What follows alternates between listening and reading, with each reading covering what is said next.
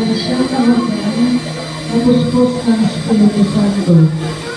Dinasya ang Espiritu sa ilang at sa loob ng 40 araw, tinukso siya ng Diyan.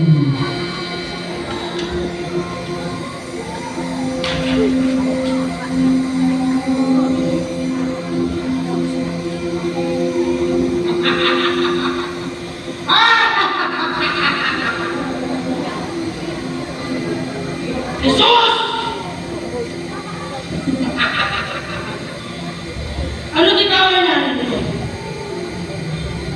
At bakit hinahayaan mo magutom?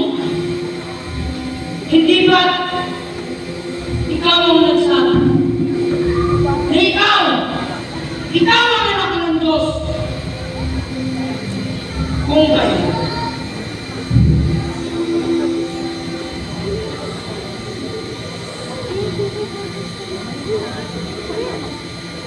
sabihin mo sa mga batong to na magkikinaman! Nasusulat na hindi lamang sa tinapay dapat nabubuhay ang isa, kundi pati na rin sa salita ng Panginoon.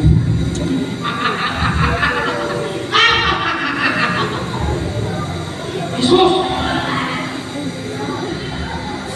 Isyan mo ako magpapalagin. Ang lahat ng iyong nakikita ay aking lamang. At ako ay may kapangyarihan. Kapangyarihan na po sa akin sa libutan. Ibibigay ko sa'yo ang lahat ng ito. Kung ako ay sasabihin mong totoo. Nasusulat rin na dapat ang Panginoong Diyos mo lamang ang dapat mong sambahin at wala ng iba.